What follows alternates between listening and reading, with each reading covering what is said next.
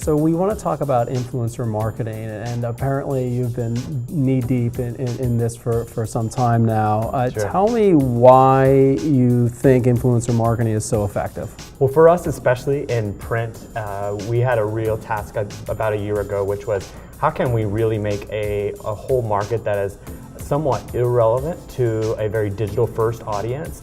How can we make print relevant to them, fun for them? When you're talking about printing at home, it seems kind of outdated. And we've been trying for a few years as a company to do it on our own media, and finally we said, man, we need to reach out to people who know this group. So we started our first major influencer campaign in the consumer print side of the business, and we gave them a very ambiguous brief. It was literally like, here are our products. What would you do with them? Make them look cool. We went with what we called some evergreen creators. We first kicked off with a 6-month campaign where during that time we had a few evergreen creators that were going to be with us just through the whole thing, and those were definitely over 1 million, but less than 10 million in all of them.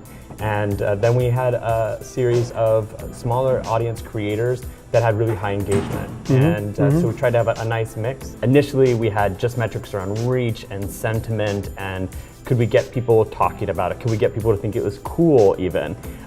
Could we get people excited and engaged? As we moved down the funnel and we started to focus more on purchase, we started to see that our influencer assets, because we own the rights, or we have licensed rather the rights, content, for a period of time to use on our own channels, that a lot of those assets are even driving purchase better than some of our own. So did you take those assets and then start putting paid media behind them? Yeah, we did. So that's one of the things that we're digging into right now for actually a report that we're doing next week, which is, total spend in terms of like asset creation, all the way down to putting it through in paid.